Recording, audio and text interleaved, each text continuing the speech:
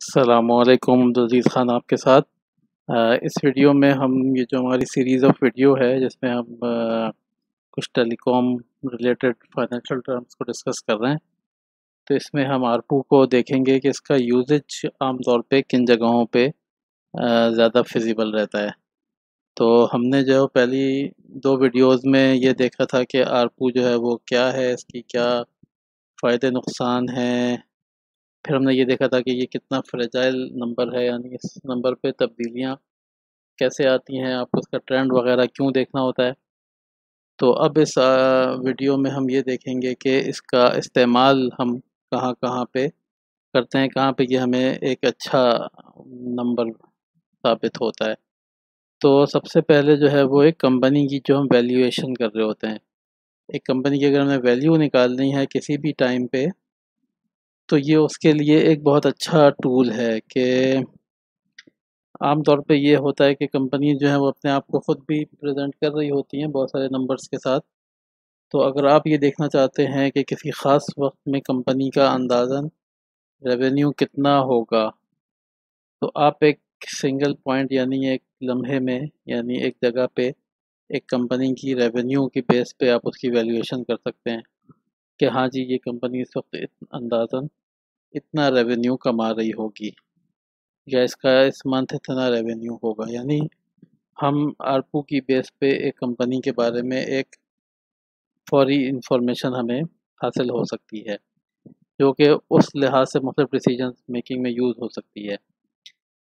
उसके अलावा जो इन्वेस्टर ने अगर कोई अपना डिसीजन लेना है, किसी बंदे ने एक कंपनी में इन्वेस्ट करना है, तो उसी यानी वो आरपू के ट्रेंड की बेस पे वो ये देख सकता है कि इस कंपनी का रेवेन्यू ट्रेंड कितना है। मतलब इस कंपनी में कुछ अगर इन्वेस्ट किया जाए तो कितना चांस है कि ये कंपनी या तो कुछ रिटर्न देगी या इसकी अपनी वैल्यू ऊपर जाएगी।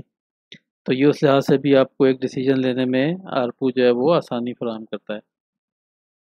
फिर उसके बाद जैसा कि हमने बात की थी कि ये एक कंपनी के लिहाज से ही आपको यानी आपको एक मैक्रो लेवल के यानी चीज़ें ही ये बताता है। तो मसलन अगर आपने एक कंपनी की रेवेन्यू जनरेशन को मॉडल करना है, तो आप उसके पिछले आरपू ट्रेंड को उठा के और उसकी आप फिर फर्दर फ्यूचर फोरकास्ट निकाल सकते हैं कि जी ठीक है, पिछले 3 साल से अगर ये कंपनी हर महीने इतना रेवेन्यू शो कर रही है, तो उसकी बेस पे इसका फ्यूचर का रेवेन्यू जो है वो अंदाज़न कितना होगा। तो क्योंकि इसमें रेवेन्यू निकालने के लिए आपके पास क्वांटिटी और एक प्राइस होनी चाहिए, तो आरपू जो है वो एक प्राइस के तौर पे आपको मिल जाता है और आप इसको मल्टीप्लाई कर सकते हैं नंबर ऑफ़ एक्टिव यूज़र्स से और आप इस तरह से एक रेवेन्यू जनरेशन का मॉडल जो है वो भी बना सकते हैं। और इसी सबसे आखिरी में ये आप में जो पॉइंट इसमें मैंने डाला है वो ये है कि आप एक ग्रोथ पोटेंशियल भी फिर इससे निकाल सकते हैं।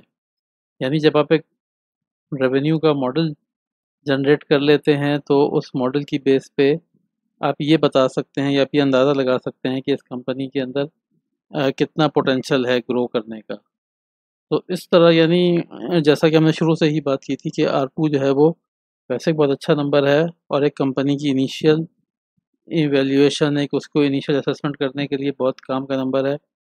लेकिन ये हमें जो कुछ भी बताता है वो एक कंपनी वाइज़ यानी कह दें ये एक होलिस्टिक पिक्चर देता है, एक बड़े लेवल का एक नंबर बताता है कि इस लेवल के ऊपर ये कंपनी जो है वो किस तरह से काम कर रही होगी।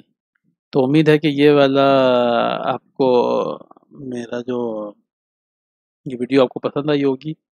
तो इस चैनल को आप सब्सक्राइब करें। अगर आपके इस वीडियो के बारे में कोई क्वेश्चन है तो आप मुझसे कमेंट में वो क्वेश्चन कर सकते हैं और इंशाल्लाह अगली वीडियो में हम फिर एक थोड़े से एक और डिफरेंट यानी ये तो हमने एक रेवेन्यू मॉडल की बात की थी, तो हम अगली वीडियो में इंशाल्लाह एक कॉस्टिंग मॉडल की तरफ जाएंगे कि टेलीकॉम में फिर हमारे ख्याल में कॉस्टिंग फिर किस तरह से होनी चाहिए। तो रेवेन्यू को हमने थोड़ा सा देख लिया कि जी टेलीकॉम में रेवेन्यू किस तरह से जो है वो बताया जाता है, किस तरह से रेवेन्यू जो है वो कंपनीज अपना जो है वो बताती हैं। तो हम अब ये देखेंगे इंशाल्लाह कि कॉस्टिंग उनको किस तरह से करनी चाहिए। तो इंशाल्लाह आपसे फिर अगले वीडियो में मुलाकात होगी। अस्सलामु अलैकुम।